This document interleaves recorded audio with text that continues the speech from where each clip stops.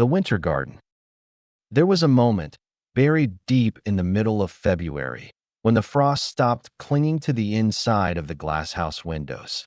For days, the sky had pressed itself low over the town like a dull weight, the clouds thick and unmoving. But on that morning, quiet, breathless, with the kind of stillness that feels almost held between hands, something shifted. The frost retreated.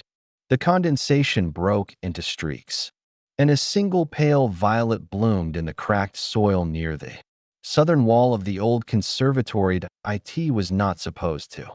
Not in that month. Not after all that time. But it did. And that was when she knew he had come back. The winter garden had long since been forgotten by the town. It stood at the edge of the river, behind a locked gate that no one had touched in nearly 7 years. Ivy had eaten the fence, rusted it over with time and silence, and the once proud stone sign reading Barclay House Botanical Wing had toppled sideways into the brambles. Only one person still held a key. She had not used it in years. And yet, that morning, her hands found it in the drawer without hesitation. She unlocked the gate as if no time had passed at all. The air inside the conservatory was thick with memory, with unspoken things. The panes of glass still shimmered with dust, catching the light in a way that softened everything, like the memory of a face you're trying to forget. It was colder inside than it should have been. Still, as if the whole place had been holding its breath. She stepped in slowly, her eyes already falling on the spot, there, where the cracked earth met the edge of the broken irrigation pipe, where he used to kneel, pressing seedlings into damp soil with a reverence that made her heart ache to watch. The violet had opened its petals in defiance of the season, a soft purple hue with a darkened heart, trembling faintly in the draft that stirred through the broken pane above. It was a signal, a message, an unspoken calling. He had promised her once that no matter where he went, he would return in winter. He had meant it like a metaphor.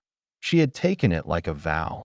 And now, with cold fingers grazing the first bloom of the year, she realized something cruel and electric. He had kept it, but winter had not softened in his absence. It had sharpened. It had frozen her in place, and she wasn't sure if she was ready to thaw. Her name was Clara, in her early 30s, with eyes that still held the restless glow of someone who had once dreamed too much and loved too recklessly. She was the curator of forgotten things, not just of gardens, but of memories that time tried to erase. Her life had grown around this place, like the tangled vines that clawed at the glass ceiling above. 7 years ago, the conservatory was alive with color and possibility. She and him, Nathan, had poured their youth into this crumbling sanctuary. Nathan, with his reckless hands and sharp mind, had been the fire that sparked the whole dream. A botanist obsessed with impossible blooms, with defying seasons, with coaxing life from the coldest earth. Clara, steady and patient, kept the books, the schedules, the fragile hope alive. They had been a pair made for this fragile world, two halves holding a fragile dream together. But like winter ice, the beauty beneath the surface was always brittle. That Nathan's restlessness had grown.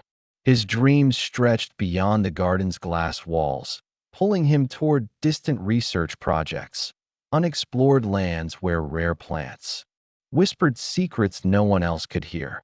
He had left with a promise to return by winter. A promise Clara had held on to like a lifeline when the garden grew silent. But he did not come back. The conservatory closed. The town's gaze turned away. The gate locked. Clara stayed, silently watering the dying leaves and whispering to the ghosts of blooms past. She had changed, too. The hopeful girl who believed in second chances had become a woman hardened by absence, by unanswered questions that gnawed at her like frostbite on fragile skin. Each day was a careful balance between holding on and letting go, between love and bitterness, between the memory of warmth and the cold truth of solitude. Yet, The unexpected violet blooming in the middle of winter cracked that balance that Clara's world tilted between what was and what could never be again. The flower was not just a sign. It was a challenge, a question posed by the past, demanding an answer. The silence that had once comforted now felt like a cage, tightening around her chest. She wasn't just waiting for Nathan anymore. She was waiting for a reckoning.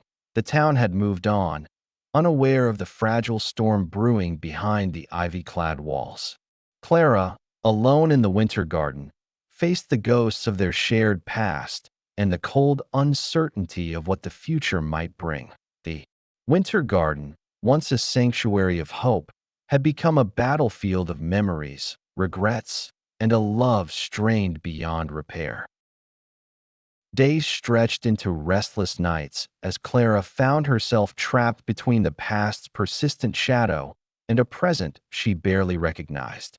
The violet bloomed stubbornly, a defiant heartbeat in the cold conservatory, but every petal seemed to mock the silence Nathan's absence had carved into her life. She kept returning, drawn by a mix of hope and dread, tending to the fragile sprout as if it could bridge the widening gap between them. Each visit was a battle against the truth she avoided. His return was not certain, and even if he came, the man who had vanished was unlikely to be the one she remembered. Rumors began weaving through the town, whispers of Nathan's travels, and a sudden, unannounced return. But no one dared speak it aloud, as if the name itself was too heavy with the weight of unresolved pain. Clara's heart clenched at every mention, every shadow that resembled him in passing. The winter garden, once a place of shared dreams, now echoed with unspoken questions. Had Nathan's absence been a betrayal or a desperate search for something neither of them could name? Had the promise of return been a lie or a fragile hope shattered by distance and silence? Clara's thoughts spiraled. Memories collided with doubt. The warmth of his touch, the tenderness of his voice, and the coldness of unanswered letters left unopened. The violet's bloom grew, but so did the strain within her. Her hands trembled when she touched the soil, unsure whether she was nurturing life or feeding a painful illusion. One evening, as twilight bled through the cracked glass, Clara discovered something buried beneath the wilted leaves. A small, folded note, weathered and stained but unmistakably his handwriting. The words were sparse, torn between apology and confession, a fragile thread thrown across the years. Her breath caught. The note didn't explain everything, but it cracked open the silence, forcing her to confront a truth long buried. Love was never simple, never safe. It was a terrain marked by loss, hope, and the cruel spaces in between. That night, Clara lay awake beneath the heavy blanket of stars, torn between holding on to the past and stepping into the uncertain cold of what might come. The violets. Stubborn bloom was no longer just a plant. It was a symbol of everything fragile and fierce inside her. And somewhere beyond the locked gates, Nathan's shadow was stirring, moving closer to a reckoning neither of them could avoid. The day Nathan returned, the air itself seemed to hold its breath. The town, muted and gray beneath a leaden sky, paid no heed, but Clara felt the weight of the moment pressed down like a stone in her chest. The winter garden was silent except for the faint creak of the iron gates swinging open, a sound that shattered years of stillness. All at once he stepped inside, slower than she remembered, but his eyes still carried the restless fire that had first drawn her in. Time had carved lines on his face, but those eyes, dark, searching, haunted, were the same. Yet, something between them had shifted irrevocably. To Clara's heart thundered as memories collided with the cold reality of his absence. The garden, once a haven of their shared dreams, now held the unspoken truths neither dared voice. Nathan's return was not a balm, but a storm that he reached out to touch the violet, the same fragile bloom that had drawn her back to hope. His fingers, trembled as they brushed the petals, and for a moment, the years fell away. Two souls tethered by pain and yearning, but the distance carved by time was too vast. Nathan's voice, when it came, was heavy with regret and excuses that could never heal the silence. He spoke of places and people, of dreams chased and lost, but never fully of why he had left her behind. Clara listened, torn between the desire to forgive and the sharp sting of abandonment. Every word was a reminder of promises broken, of nights spent waiting for a shadow that never returned. The garden seemed to hold its breath as their fractured love unfolded, raw, vulnerable, strained to the breaking point. The violet, delicate and defiant, trembled in the cold air, a fragile emblem of everything lost and yet still alive. In that charged moment, Clara faced a choice: to clutch the past tightly, letting it suffocate her, or to release the pain, stepping into a future uncertain but free. The tension between them hung like a fragile thread, stretched taut by years of silence and yearning, ready to snap or to hold firm. The storm had passed, but the air remained heavy, thick with the residue of unspoken words and shattered hopes. Nathan's presence lingered in the cold conservatory like a ghost, real yet distant, familiar yet foreign. Clara moved through the winter garden with slow, deliberate steps, tracing the fragile paths they had once walked together. The violet still bloomed, its soft petals a silent witness to everything that had unraveled and everything that might never be repaired. Clara's fingers hovered over the flower, trembling, not with hope, but with the weight of what it meant to hold on and what it meant to let go. She thought of the years without him, the lonely nights, the unanswered questions, the steady ache beneath her ribs. She thought of the promises, the broken threads of dreams woven between them, and the cold truth that sometimes love was not enough to bridge the silence. Nathan's apology, spoken and unspoken, echoed in the hollow spaces between them. It was not a bomb, but a beginning, a fragile opening in the wall they had built around their hearts. Yet, Clara knew that healing was not a swift river but a slow, uncertain tide. They shared the same space, yet their souls remained distant, each guarding wounds too deep to bear in a single moment. The winter garden, with its faded glory and stubborn bloom, mirrored their fractured love, beautiful in its imperfection, resilient in its fragility. As night crept over the town, Clara stood alone by the broken irrigation pipe, the violet glowing softly under the fading light. She realized that some wounds would never fully close, some questions would remain unanswered, and some promises were meant to test the limits of endurance. But within that pain lay a strange, fierce beauty, the courage to face the past without surrendering to it, the strength to live in the space between love and loss. The garden was no longer just a place of memories.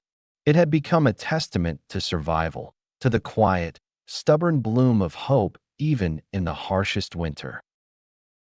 Winter's grip began to loosen, though the air remained sharp and unyielding. Clara stood once more amid the fragile sanctuary of the garden, now no longer a prisoner of the past, but its reluctant steward. The violet, its petals kissed by the first timid rays of dawn, whispered of resilience, of life's stubborn refusal to surrender even when the world seemed bent on forgetting. Nathan was gone again, but this time the absence felt different, less like a wound and more like an open space.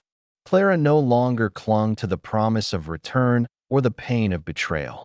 Instead, she carried with her the quiet truth that love's endurance is not always in holding on tightly, but sometimes in knowing when to release. The garden had taught her this.